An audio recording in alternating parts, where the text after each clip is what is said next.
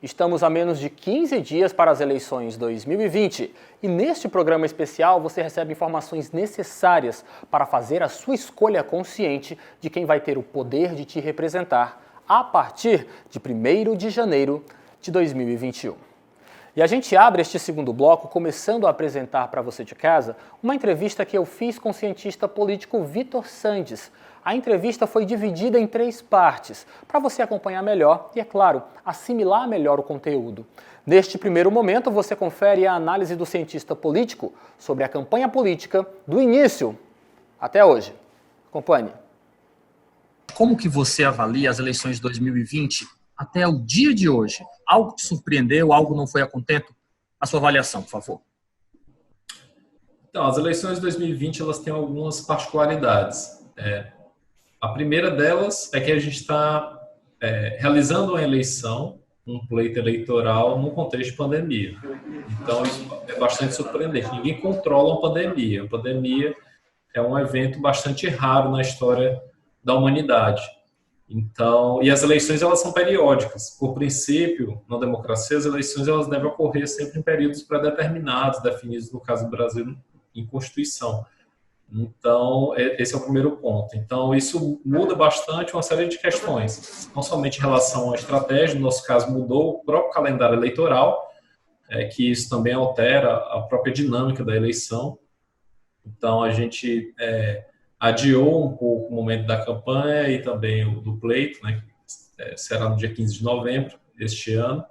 E também a própria agenda de discussões, né? Ela está muito centrada em torno de 2 questões principais, saúde e economia, e também educação, por conta da questão do retorno às aulas, acaba sendo também uma questão sanitária, né? Então envolve a questão de saúde, né? Então você tem esses 2 grandes pontos aí das eleições municipais que acabam impactando nas próprias discussões, os debates eleitorais. E o segundo ponto, que é extremamente relevante, é o fim das coligações proporcionais, no caso das eleições municipais, para vereador. Então, daqui a 2 anos, a gente vai ter o fim das coligações para as eleições de deputado federal e estadual. Então, isso também muda muito no campo estratégico. Então, a gente deixa de ter aquelas coligações amplas para vereador, para ter os partidos se lançando sozinhos. Então, isso gerou uma série de consequências nos municípios, porque nos municípios maiores, os partidos eles tenderam a lançar mais candidaturas, porque os partidos precisam fazer vereadores, né, nas suas câmaras. Então, isso é muito importante. Por isso que a gente tem, aqui no caso de Teresina, salvo engano, 13 candidaturas. Então, isso, de fato, é um número bastante elevado e esse também é um padrão que a gente tem observado em outros municípios. Então, e nos municípios menores, as pequenas siglas tiveram dificuldade de fazer chapa. Então, em muitos casos, a gente tem um número muito reduzido de partidos nos pequenos municípios.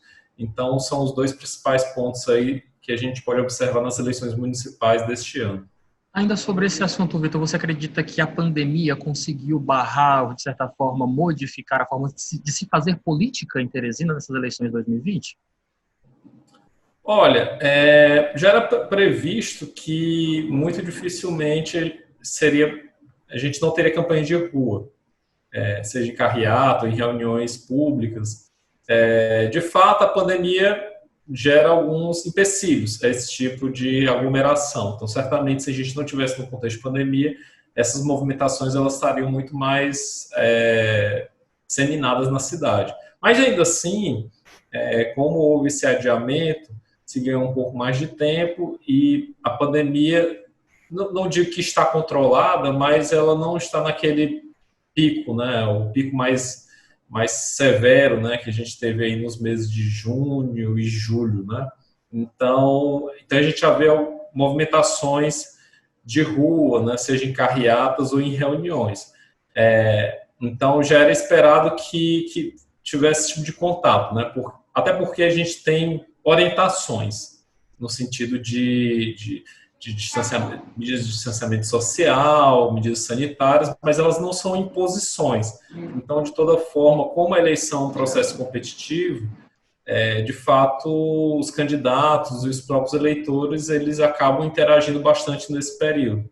né? Não tem nenhuma regra, nenhuma lei que impeça, de fato, esse tipo de contato. Mas a gente pode observar que, por conta da pandemia, as redes sociais foram utilizadas bastante, né? Já tem sido utilizado nos últimos anos, né? Até porque a gente tem mais acesso, as pessoas estão mais conectadas, né? Lógico que no Piauí a gente tem alguns problemas em relação à conectividade. O Piauí e o Maranhão são os estados com menor número de acessos, né?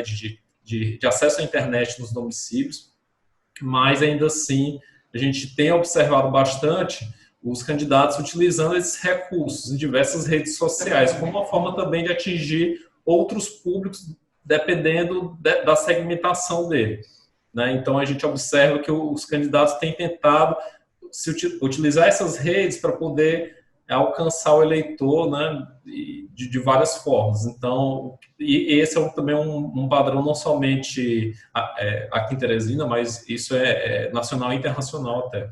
E neste segundo trecho da entrevista com o cientista político Vitor Sandes, vamos acompanhar as perspectivas do que esperar para os próximos dias de campanha política aqui no estado do Piauí. A pandemia ainda faz parte do nosso cotidiano e agora o ritmo de campanha vai ser acelerado. Afinal, tradicionalmente, a população escolhe seus candidatos, aqueles em quem votar, sempre nas 2 semanas antes das eleições. Quais são as suas expectativas para o período eleitoral que se aproxima, realmente no que diz respeito à postura dos políticos, aqueles que buscam conquistar o voto do teresinense, do piauiense de uma forma geral, mas também na convivência com a pandemia do novo coronavírus? O que é que você prospecta para os próximos dias, Victor? Isso vai variar um pouco de localidade em localidade. Que a gente tem observado que algumas localidades têm se elevado muito o número de casos, então, de fato, isso merece alguma atenção. Então, em alguns lugares, né, alguns locais em que a pandemia descontrolou, é possível que haja um comedimento, né? Isso porque a insistência numa campanha de rua, né, no contato mais pessoal, numa cidade ou numa região em que a pandemia houve um descontrole, um aumento muito acentuado de casos, pode gerar uma comunicação muito negativa em relação ao eleitorado. Então, até por uma questão estratégica, os candidatos vão ter que acompanhar esse processo. Então, esse é um ponto importante. Mas, de forma geral, acredito que os candidatos eles devem investir em mais divulgação, em maior exposição da sua imagem, porque isso é muito importante, principalmente na campanha para vereador. Então, as pesquisas indicam que o eleitor ele deixa para definir o voto para vereador geralmente muito em cima das eleições, né? Nas últimas 2 semanas, uma semana até. Então, é fundamental essa maior exposição da imagem e das ideias. No caso da prefeitura, não. Como a eleição que a gente tem um cargo de disputa, é o cargo executivo, que é o cargo mais cobiçado, o eleitor, geralmente ele faz uma avaliação sobre o atual governo e sobre a oposição. Então, ele avalia e verifica quem são os grupos que estão em disputa, né? Então, ele consegue ter uma avaliação um pouco mais clara e também ao longo do tempo, né?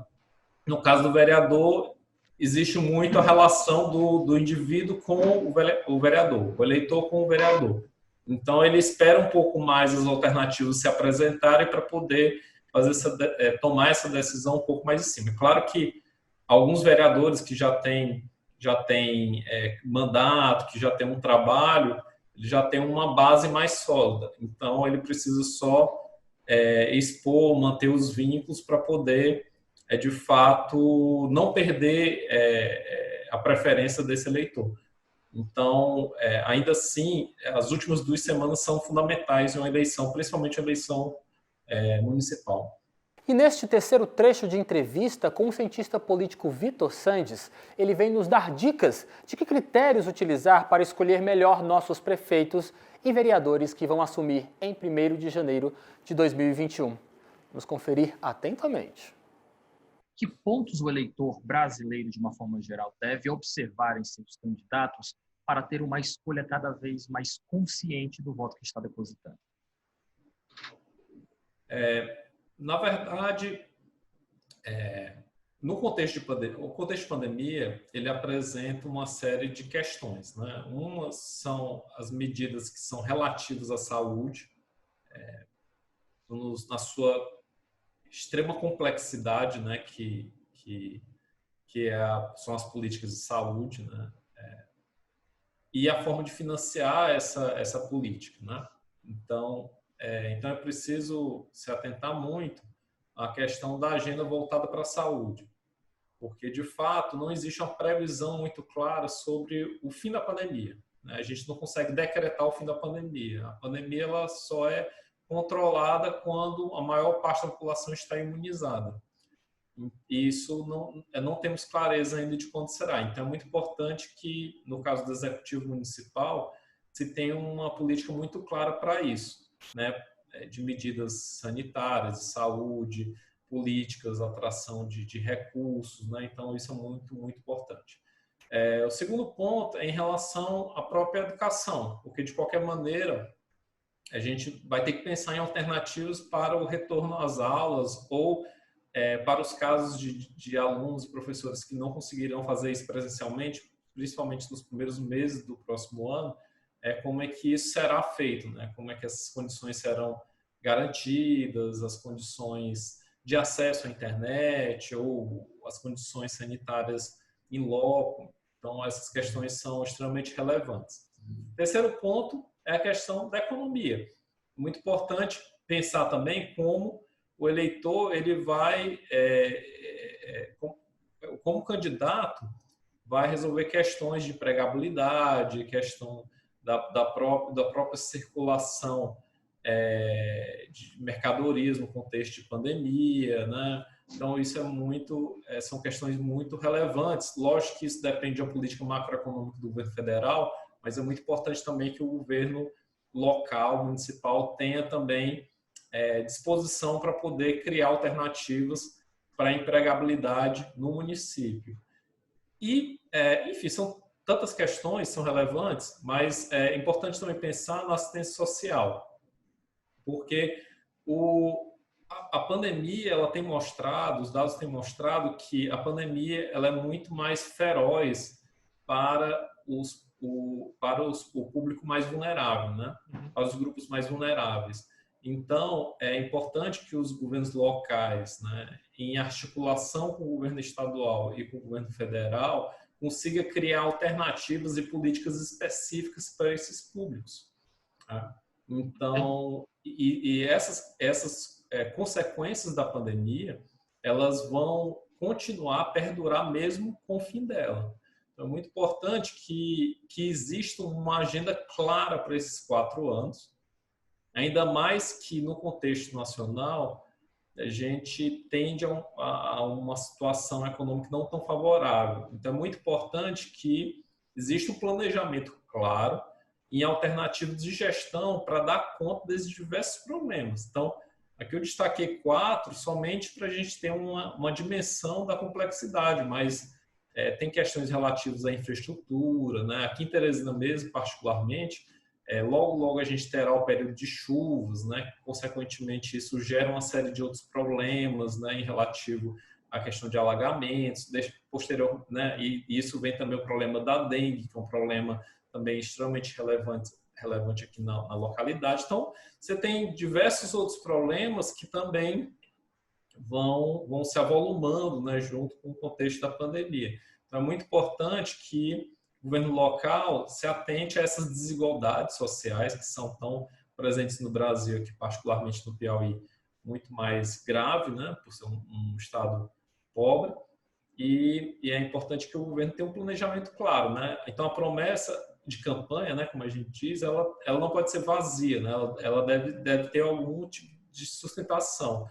E o cidadão, nesse momento, ele tem que estar atento a isso, né? Atento que esse é o momento, por excelência, de cobrar, né? De cobrar quem está no governo, ou quem vai estar postulando a um cargo, não somente o cargo de prefeito, mas também o de vereador, porque o vereador ele é fundamental na cobrança, na fiscalização, no acompanhamento, na produção de leis. Então, o vereador, os vereadores em geral, eles são fundamentais nisso, né? Na cobrança, na pressão e também na produção de leis que vão ser tão importantes nesses próximos 4 anos. Vitor, muito obrigado pela sua participação. Boa tarde, até o nosso próximo encontro.